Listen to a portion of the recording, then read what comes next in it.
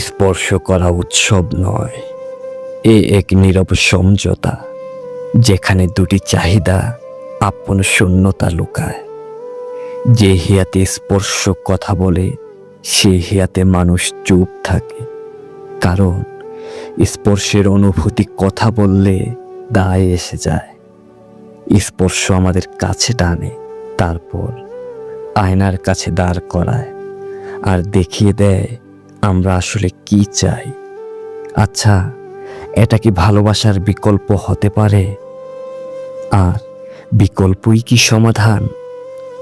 অনেক সময় এ শুধু ক্রয় করা। স্পর্শ মিললেও অর্থ মিলতে বাধ্য নহে, আর অর্থ না মিললে স্পর্শ ভারী হয়ে ওঠে। স্পর্শ আমাদের শেখায় কাছাকাছি যাওয়া সহজ, কিন্তু থাকা ভীষণ কঠিন।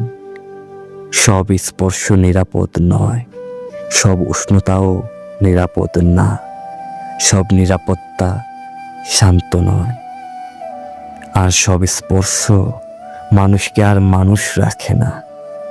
অবশেষে একটাই প্রশ্ন থেকে যায়, আমরা কি আদৌ কাউকে চেয়েছিলাম, নাকি শুধুই নিজেদের একাকিত্ব?